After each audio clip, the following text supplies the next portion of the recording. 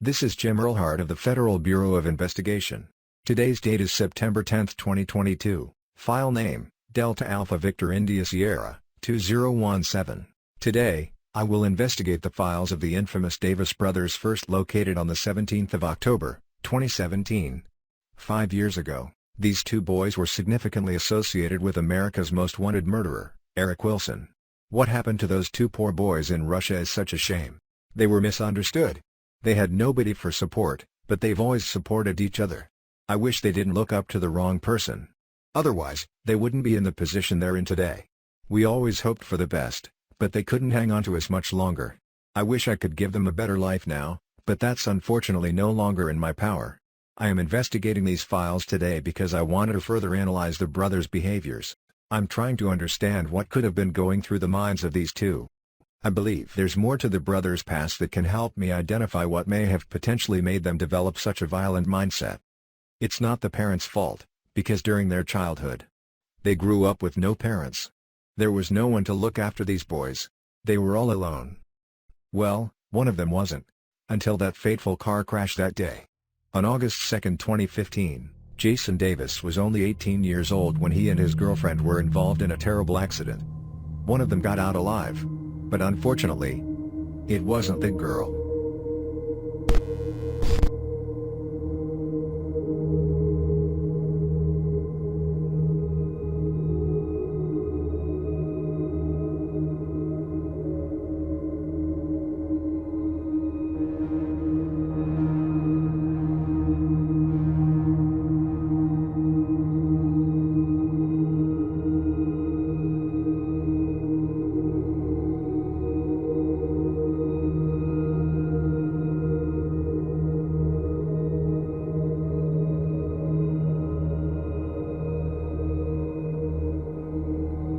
Jason thought he didn't have many choices, and so he ran away from the scene, and left his girlfriend in the middle of the road to die.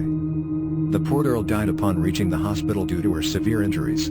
Jason was nowhere to be found for the next few weeks. He didn't even attend her funeral.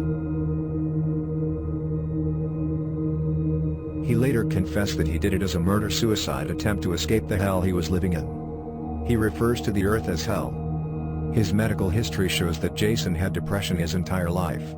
He even went as far as to try to end his life 3 times over the course of his life prior to the accident.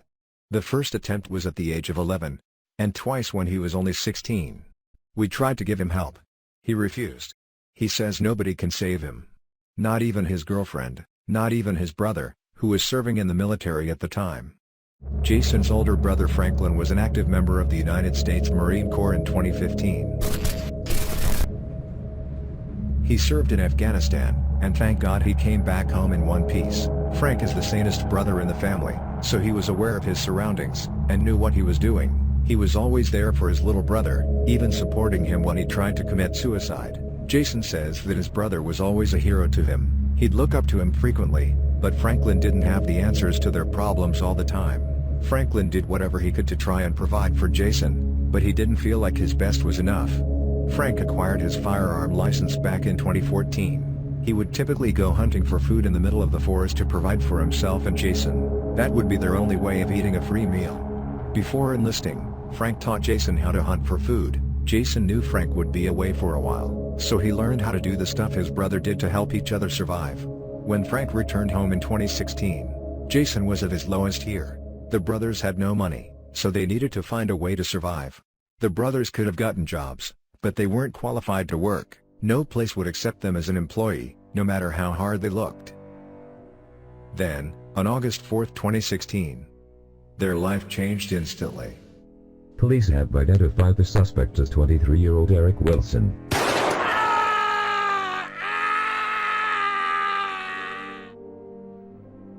Eric Wilson.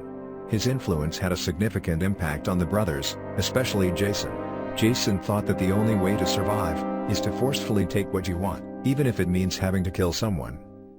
Frank knew this was a horrible idea, but if this was the last resort to survival, risking becoming criminals in the future, then he had no other choice. On September 1, 2016, the brothers commit their first robbery. Although nobody knew or cared enough, they robbed a poor elderly woman who was defenseless, took everything of value to her, and ran off. She was injured unfortunately, but had bigger health problems than we think, and sadly passed away hours later at a nearby hospital.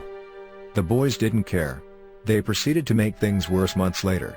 The crimes the brothers would commit extend to theft, burglary, assault, conspiracy, forgery. A simple arrest could have been warranted on the boys, right? No, but they did a damn good job at hiding from the public eye. It was very difficult to track these boys down.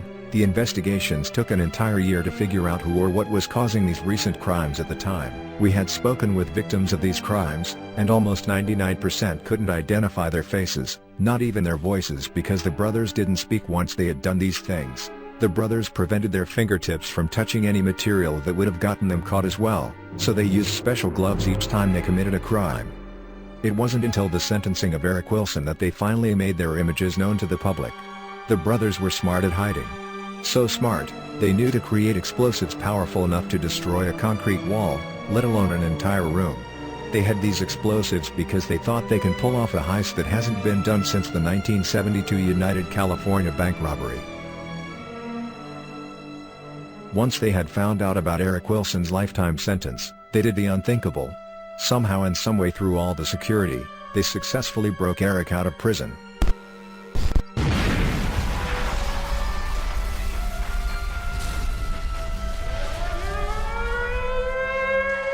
They loaded him onto their black van and drove off. It was nothing short but a miracle from God that they were successful in their escape. I still don't know how they pulled it off as of today, but they did an excellent job at it. So what happened afterward? Eric went into good hiding, nowhere to be found, while the brothers, well, as if things couldn't get any worse than they already were, both brothers started committing first-degree felonies. I don't know what the hell Eric told these two, but whatever he did to them, it worked.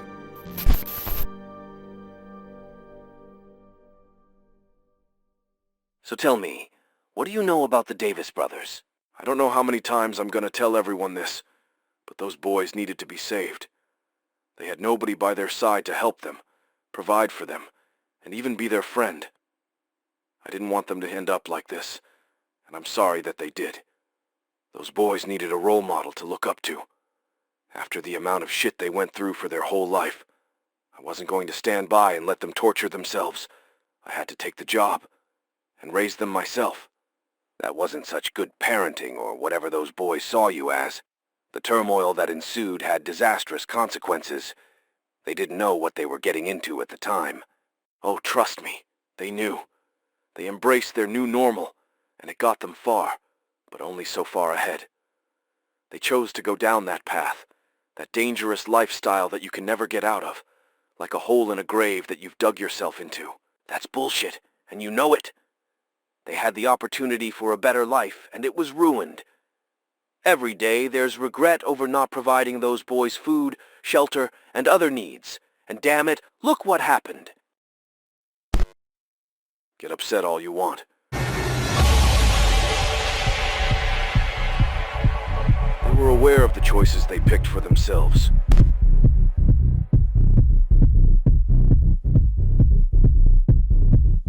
Nobody told them or influenced them to go down that road.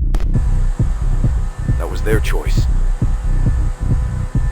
Could they have chosen a better life for themselves? Yes, they could have.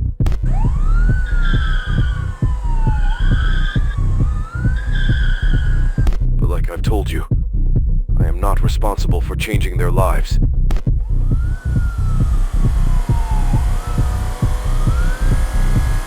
They chose to be criminals because they saw someone else do all the dirty work. Those boys should be living a happy life right now, away from the life of crime, stupidity, the same lifestyle that got them to the bottom. Central be advised, we're reaching speeds at over 110 miles an hour. 53 westbound, just past Plainview.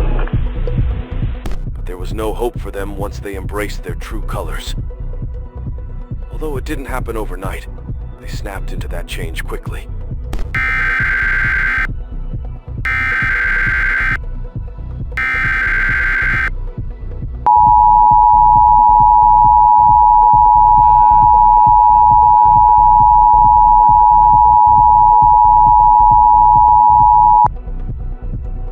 following message is transmitted at the request of the Salt Lake City Police Department. At approximately 2:23 p.m. Mountain Standard Time, the local Washington Federal Bank that's located at 405 South Main Street near University Boulevard was robbed earlier today by two individuals currently on the run. Local authorities have not yet identified the suspects involved. As a precaution, all residents who are listening to this message are strongly advised to stay away from University Boulevard and 405 South at this time. Do not head anywhere near the area. If you see these individuals, dial 911 immediately. All broadcast and cable systems are allowed to resume regular programming.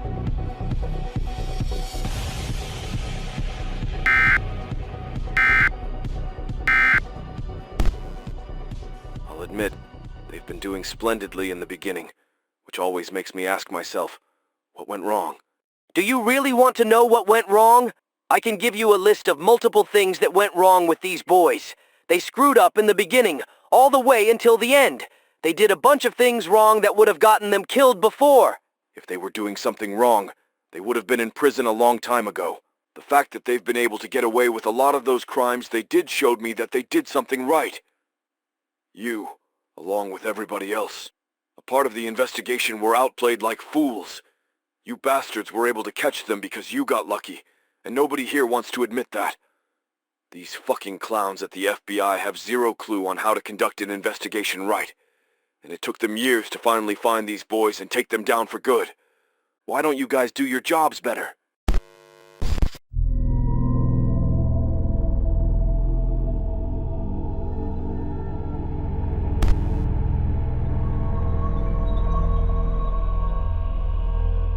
After breaking Eric out of prison, he and the brothers were never seen again. Well, Eric was never seen again. But the brothers made their return one night on Wednesday, January 17th at around 2 a.m. God knows what Eric and the brothers were doing while hiding. All we knew for certain was that Eric was a wanted man on American soil, and the brothers were protecting him the best way they could. On the night of the incident, the brothers robbed a supermarket. The brothers were wanted criminals at this point, so they couldn't have just walked into that supermarket to buy food in broad daylight. They needed another plan, and that was to rob it, which was their second biggest mistake. After the incident, we interviewed two people who were at the scene at the time. These are reports based on eyewitness accounts that night. I was minding my own business. I didn't have much going on for myself at the time, and I only went there to drink outside to ease the pain I was in. But then out of nowhere, things went crazy.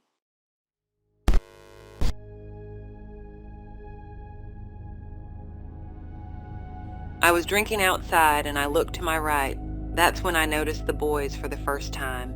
One of them had a baseball bat in their hand and the other had a gun. They just walked right into the place, and that's where curiosity got the best of me. When the boys went in, they didn't make eye contact with the man at the cash register. Instead, they went to the back. They were in there for a couple of minutes, and then they came back out. That's when they approached the cash register. I got out of there as quickly as possible before I could get hurt too.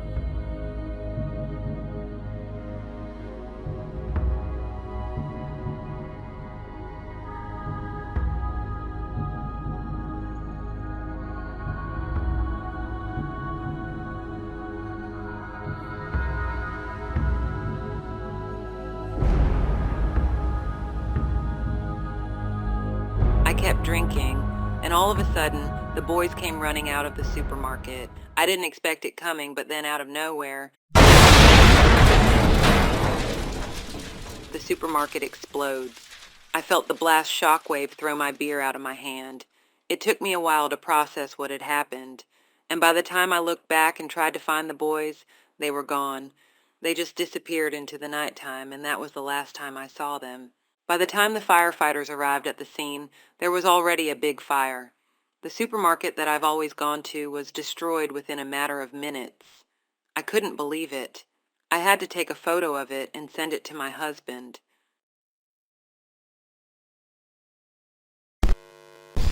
I was taking a late-night drive after getting into an argument with my wife.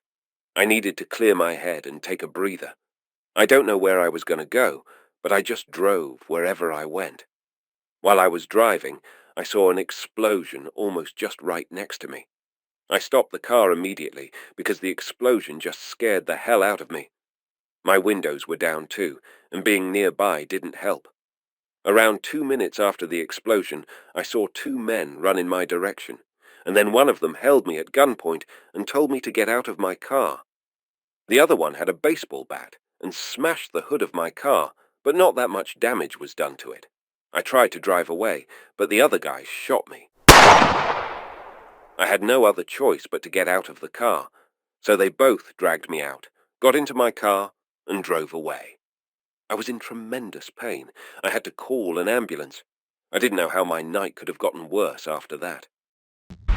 Once police arrived at the scene, and the witnesses came forward about their interactions with the brothers, the Salt Lake City police knew who they were talking about in their descriptions. The next day, a search for the brothers and Eric Wilson is warranted. This is where the mess begins.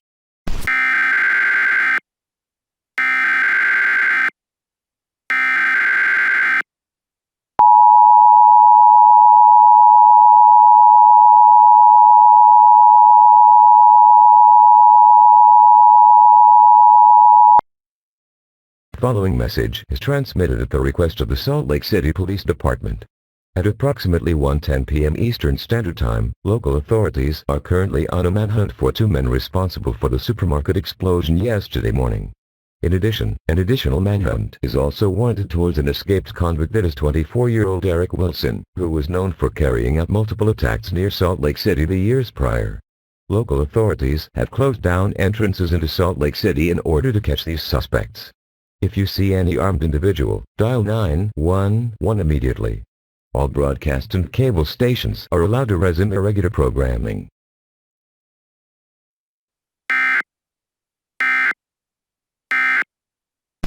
What the brothers did next was unforgivable, but this time, they had Eric involved. What those 3 did was absolutely insane. It was nothing like I've seen before. I don't know how they did it, but they sure as hell got away with it. This can be considered as their last send-off to Salt Lake City. Eric and the brothers were in 3 corners of Salt Lake City. Eric was in East Mill Creek, Franklin was in South Jordan, and Jason was in Monmouth. Their final destination would be the Salt Lake City International Airport.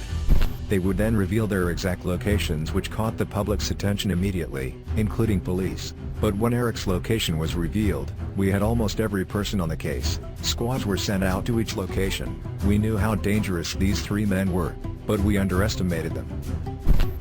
By the time 3 of our squads arrived at their designated locations, the search was on. The entrances were blocked off, and the SWAT team took major precautionary measures and was expecting to either turn the 3 in or kill them on sight. Each team went inside a building where the brothers and Eric said they'd be in.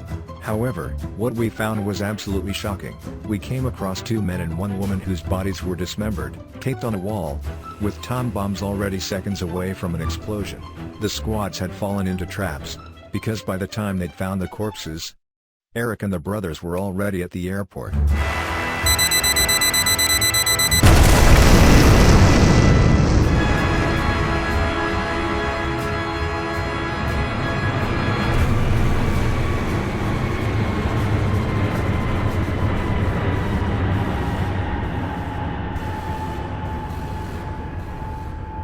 It was a hell of a master plan. Nobody's tried to outrun police and the FBI that way. Many of your men fell for those traps and it got them killed. 3 corners of Salt Lake City as well. Do you think anybody with the intelligence that the brothers had would have gotten away with that? All of that has been planned since the brothers did what they did at the prison, the Salt Lake City incident, the supermarket, and everything else you pointed out that had occurred afterward. So they prepared to do this for months now, and especially with how they got away with much of what they did. They were doing one hell of a good job then. But how did they do it? Where did the plane come from? What connections did the brothers have that cleared the way to hide and cause more hell again? Let's just say I had a few friends that I was in contact with that I introduced the brothers to. Who else was involved in this? What do you know that we don't?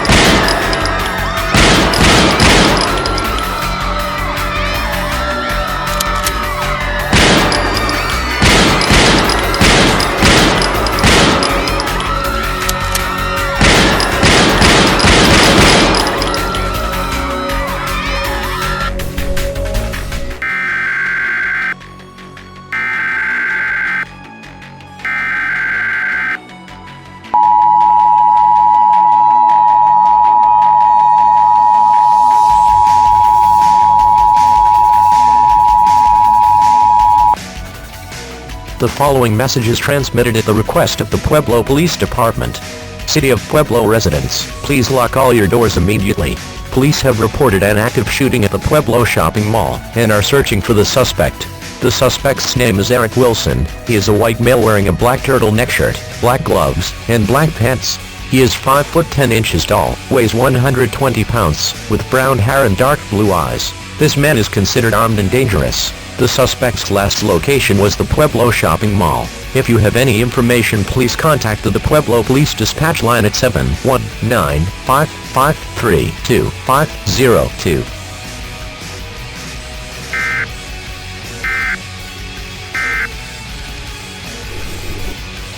He only spent about a week in Pueblo, Colorado before Eric went in and decided to expose his and the brothers' location again.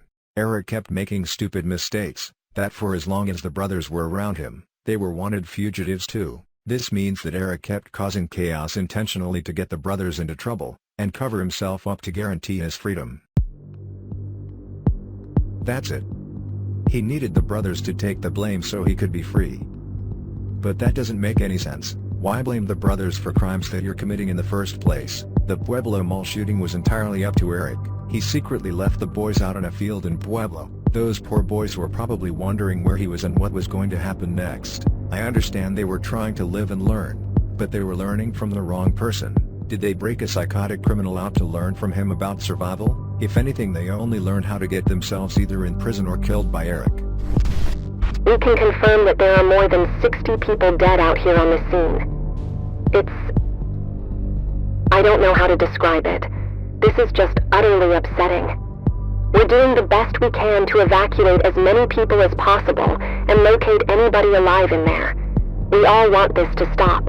Unfortunately, I have a very bad feeling that this is only the beginning. Too many innocent lives gone in one night. I still can't believe this is happening. Why can't people just be normal for God's sake? There are children here who are dead too.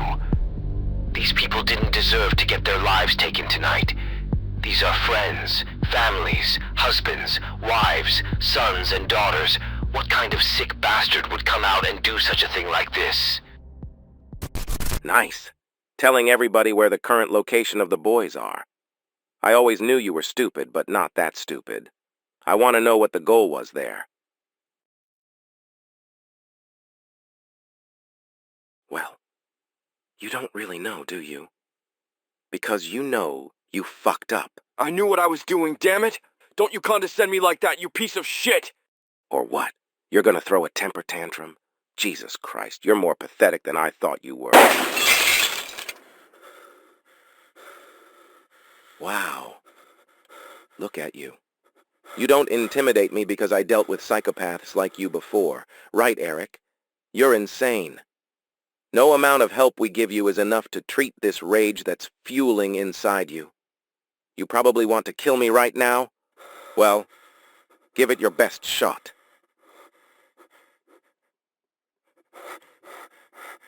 Come on, Eric. Don't you want to finish the job? Give the world your encore. Once Eric had returned to the little hiding place, he and the brothers were back to running again. Here's the one problem though. The brothers were not at the hiding place since they were hunting for food, unaware of the chaos Eric had just ensued on the Pueblo Mall an hour or two prior. The plane they escaped from Salt Lake City had been on the field for the week. Eric and the brothers were not alone whatsoever. Eric had connections with a personal pilot of his who would fly that jet wherever Eric would tell him to fly it. The identity of this personal pilot was never revealed. In fact, as of this day, we still do not know if the pilot is dead or alive. But one thing is for certain. That person knew the most about Eric and the brothers.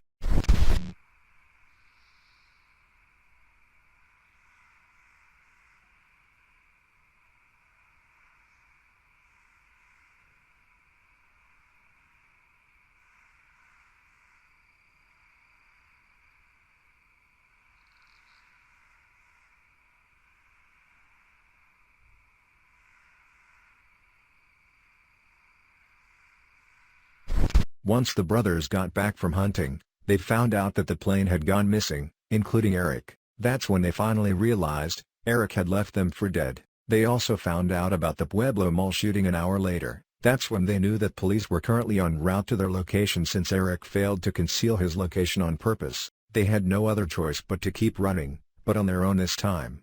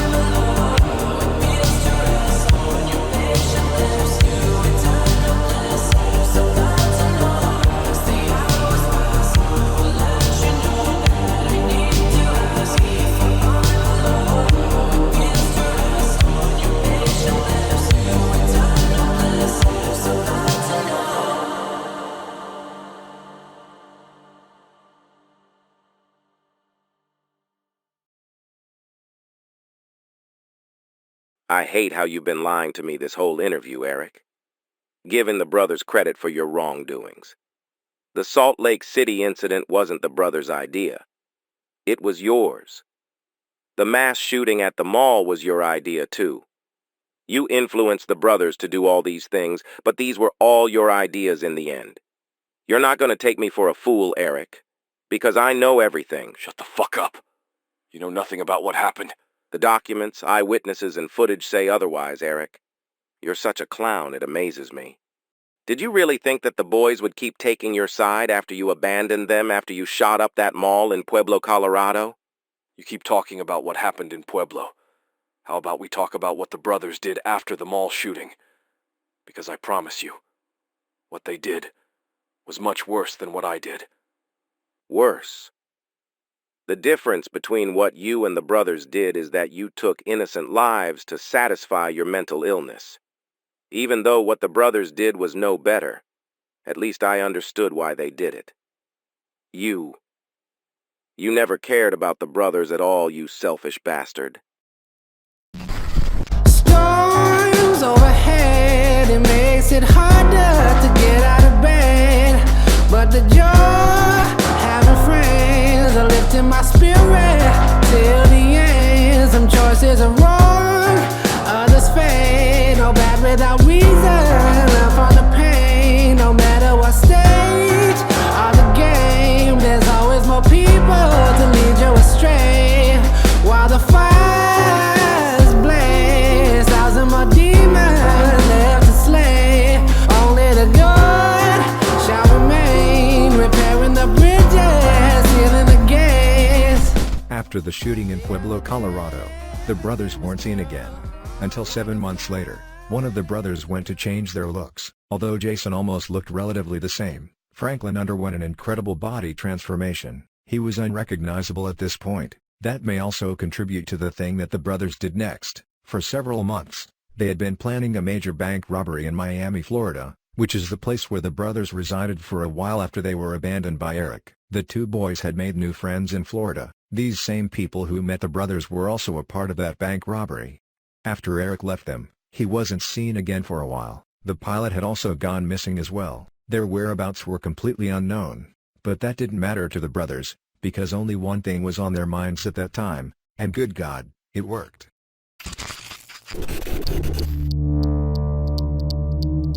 Two of the brothers' friends' names were Lawrence Fields and Jennifer Smith. These two would accompany the brothers in their biggest scheme yet.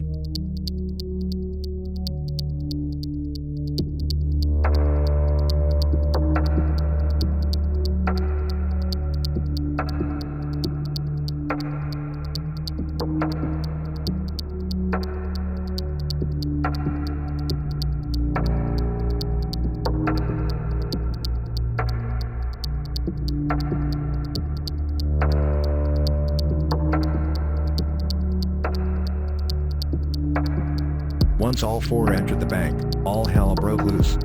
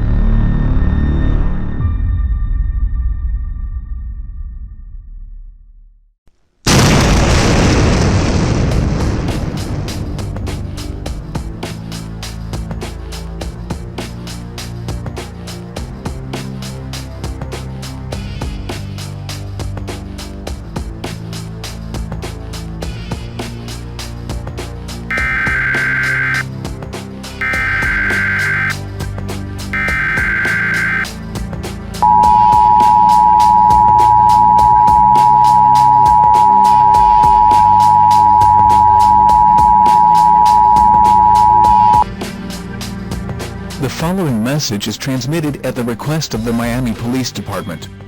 At approximately 6:30 p.m. Eastern Standard Time, multiple residents have reported a bank robbery and gigantic explosion from the Inter-American Bank nearby Southwest 24th Street. All residents are advised to stay away from the area and keep your doors locked until local authorities state otherwise. In addition, the identities of these individuals are currently unknown at this time. If you have any more information, contact the Miami Police Dispatch at 305-579-6111. All broadcast and cable systems are allowed to resume regular programming.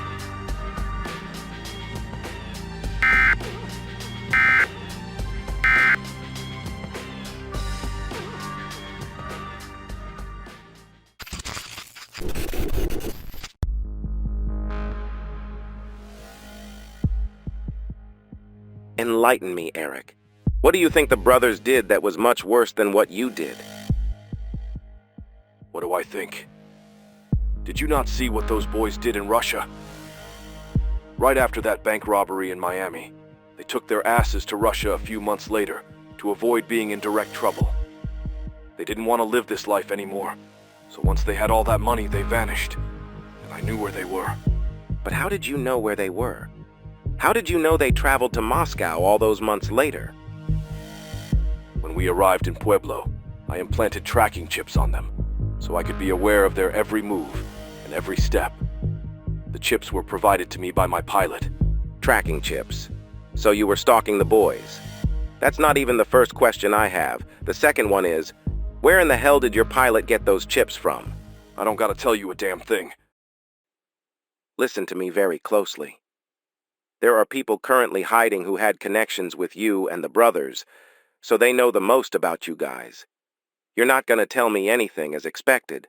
So once my team finds your buddies, we're gonna learn about everything that they know about you and the brothers. My partner Jim Earlhart was there in Russia when all of that went down. He's a special detective within the FBI.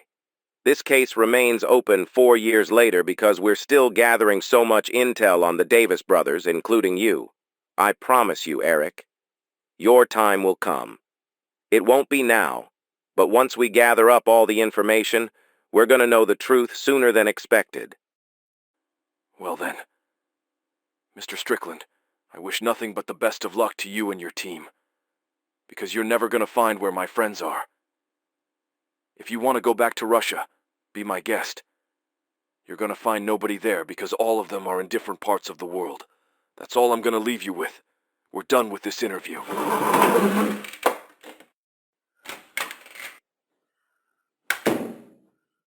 Don't worry, Eric. Soon I will learn everything. Just you wait.